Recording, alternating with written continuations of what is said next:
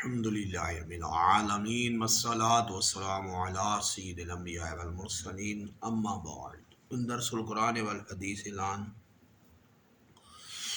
عن فضل الصلاة والسلام علی سید الانام۔ آج کا درس قرآن درس حدیث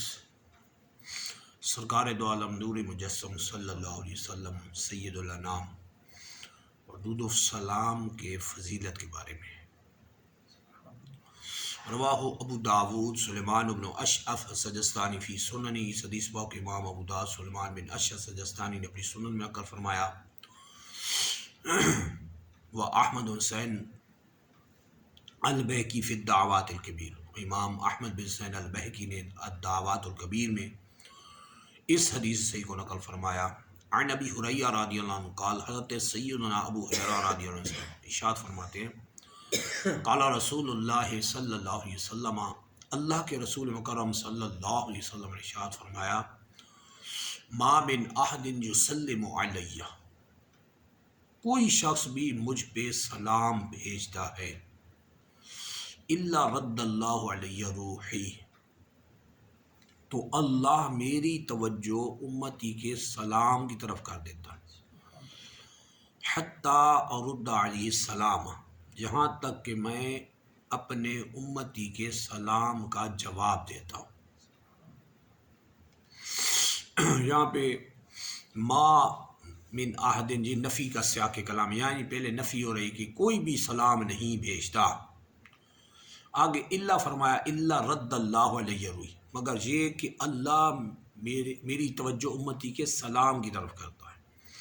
تو گرامر کے حساب سے جب نفی کا کلام چل رہا ہو تو اس میں الا آ جائے تو اس کے معنی تاکید کے ہوتے ہیں، معنی یہ ہو جائیں گے کہ کوئی بھی کہیں سے کوئی شخص، اور بے ما من احد میں احد نکرہ ہے جو اور تاکید کا اضافہ کرتا ہے، پھر الا کے ساتھ ڈبل تاکید ہو جاتی ہے، مطلب ہے کہیں سے بھی کوئی شخص مجھ پہ سلام بھیجتا ہے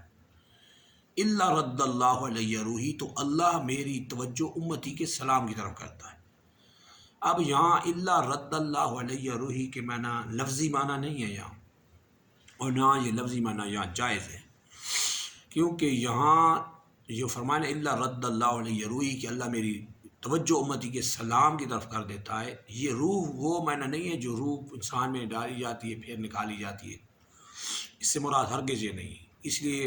قال الشیخ عبد الحق محدث دہلوی فی اشیاء اللمات فی شرح ھذا الحدیث، عظیم الشان محدث شیخ مکی شاہ عبد الحق محدث دہلوی،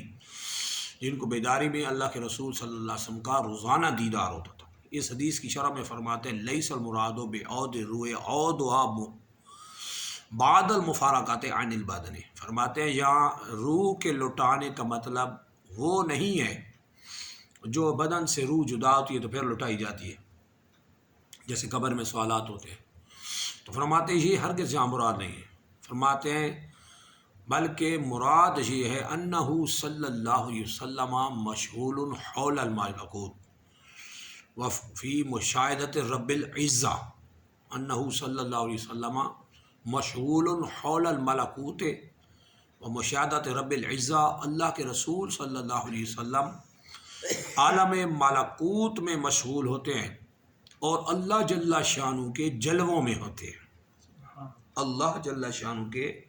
مشاہدہ یعنی جلووں میں ہوتے ہیں، کما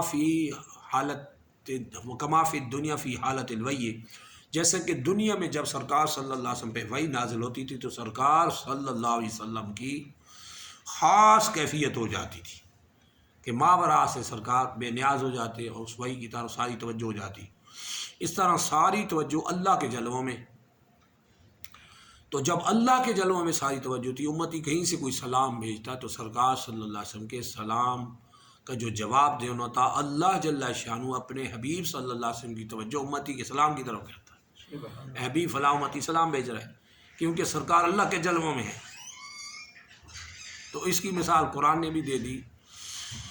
جس کو سورہ یوسف میں بیان کیا گیا،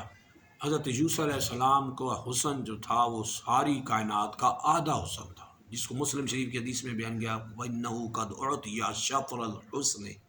حضرت یوسف علیہ السلام کو ساری کائنات کا آدھا حسن دیا گیا تھا، آدھا حسن دیا گیا وہ بھی مخلوق ہونے کے اعتبار سے، تو پھر اس کا اثر یہ ہو گیا فَقَطَّعْنَا أَيْدِيَهُنَّ، وقطعنا ایدیہن، تو ان عورتوں نے زنانہ نے مصر نے اپنی انگلیاں کاٹ لی، ان کو پتہ ہی نہیں چلا، حسن یوسف میں دیکھنے میں انگلیاں کٹ گئی۔ اور یہ ہے بات حسن ازلی کی، اللہ جل شانہ خالق و مالک کے دیدار کی، اللہ کے جلووں میں ہونے کی، ظاہر ہے اس کا تو بے مثل و بے مثال نظام۔ پھر اللہ کی ذات کے جلووں میں ہونا، سبحان اللہ، جو خود ساری حسن کو پیدا کرنے والا ہے،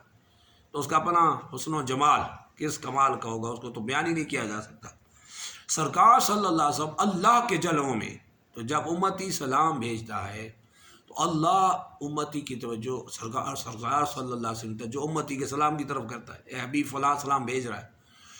حتیٰ رد علیہ السلام، تو سرکار فرماتے ہیں اللہ میری توجہ امتی کے سلام کی طرف کرتا ہے تو میں امتی کے سلام کا جواب دیتا ہوں۔ اور شیخ محقق رحمۃ اللہ علیہ نے ایسے کوئی شرح نہیں کی ہے، انہوں نے شرح ابن ماجہ اور دیگر حدیث صحیحہ کی وجہ سے کی کہ سرکار صلی اللہ علیہ وسلم فرماتے ہیں فنبی اللہ حی یرزق، اللہ کے نبی زندہ ہوتے انہیں روزی دی جاتی ہے۔ اس لیے جو موت و حیات کا سلسلہ ہے وہ تو رسول و انبیاء مسلمان اور عام انسان کے ساتھ بھی ہے، لیکن فرق ہے انبیاء کی وفات کا اور عام انسانوں کی وفات کا۔ انبیاء رسولوں کو بعد وصال زندگی دی جاتی ہے فوراً، حیات جاویدانی اور جسمانی کے ساتھ، وہ تو حدیث صحیح اس پہ نص ہے، بہت سی حدیثیں، مسلم شریف، ابن ماجہ شریف، جیسے کہ سرکار صلی اللہ علیہ وسلم فرماتے ہیں رأیت موسیٰ قائما یصلی فی قبری عند قصیف الاحمر، یہ مسلم شریف کی حدیث کے الفاظ ہیں کہ نے موسیٰ علیہ السلام کو قبر میں دیکھا کہ کھڑے ہو کے نماز ادا کر، اور یہ معراج کی رات سرکار نے دیکھا، اور پیچھے گزرے ہزاروں سال وصال فرمائے۔ اسی وجہ یہ ہے کہ انبیاء الانبیاء احیاء فی قبور یصلون، یہ امام بیہقی کی حدیث کے الفاظ ہیں، سرکار صلی اللہ علیہ وسلم فرماتے ہیں انبیاء قبروں میں زندہ ہوتے ہیں، نمازیں پڑھتے ہیں۔ تو حدیث سی اس پر نص ہیں کہ انبیاء بعد وفات زندہ کر دیے جاتے ہیں، ان کو روزی دی جاتی ہے، ان کے جسمانی جسم ایسے ہی ہوتے ہیں جیسے دنیا میں ظاہری طور پہ تھے۔ تو جو اب بات یہ چلی کہ وہ جو روح لوٹانے والا مسئلہ ہے وہ لفظی معنی جائز نہیں ہے، کیونکہ وہاں شان الوہیت کے بھی خلاف ہے اور شان رسالت کے بھی خلاف ہے کہ ہر بار امت اسلامی جو روح نکالی جو اٹھائی، ایسا نہیں ہوتا۔ جبکہ حدیث سے نے فائنل کر دیا کہ جو نبی یا رسول وصال کرتا ہے بعد وصال ان کو زندگی دی جاتی ہے، لہذا بار بار روح لوٹانے کا تو معنی نہ رہا۔ اس لیے شیخ محقق رحمۃ اللہ علیہ نے وہی فرمایا کہ لیس المراد بعود روح عود و بعد المفارقت من البدن، کہ یہاں روح سے لٹانے کا مطلب ہرگز یہ نہیں کہ جیسے بدن سے روح جدا ہوتی ہے پھر لٹائی جاتی ہے، بلکہ وہ فرماتے ہیں یہی مطلب ہے کہ انہ صلی اللہ علیہ وسلم مشغول حول الملکوت و مشاہدت رب العزہ، اللہ کے رسول صلی اللہ علیہ وسلم اللہ کے جلووں میں ہوتے ہیں، عالم ملکوت میں مشغول اللہ کے جلووں میں ہوتے ہیں، امتی سلام بھیجتے تو صلی اللہ علیہ وسلم کا جواب دیتے۔ اس حدیث سے یہ عقدہ بھی حل کر دیا کہ اس میں ڈسٹینس کا بھی کوئی تعلق نہیں ہے کہ کوئی روز رسول صلی اللہ علیہ وسلم پہ سلام بھیجے یا کوئی ہزاروں میل دور پڑے، غاروں میں پڑے، دریاؤں میں، جزیروں میں، بر اعظم کوئی اور ہے، کہیں بھی دنیا کائنات میں کہیں کوئی سلام بھیجتا ہے تو سرکار صلی اللہ علیہ وسلم رب کی عطا سے سن کے جواب دیتے۔ اس لیے اعلیٰ حضرت نے فرمایا دور و نزدیک کے سننے والے وہ کان لالت پہ لاکھوں سلام، کان لال کرامت پہ لاکھوں سلام، یعنی دور و نزدیک اللہ سنوا دیتا اپنے حبیب کو، امتی کی طرف توجہ کر دیتا ہے، سرکار صلی اللہ علیہ وسلم امتی کا سلام سن کے جواب عطا فرماتے ہیں۔ اللہ کی بارگاہ میں ہمیں حق سمجھنے اور حق پہنچانے کی توفیق عطا فرمائے۔ وآخر دعوانا الحمد للہ رب العالمین۔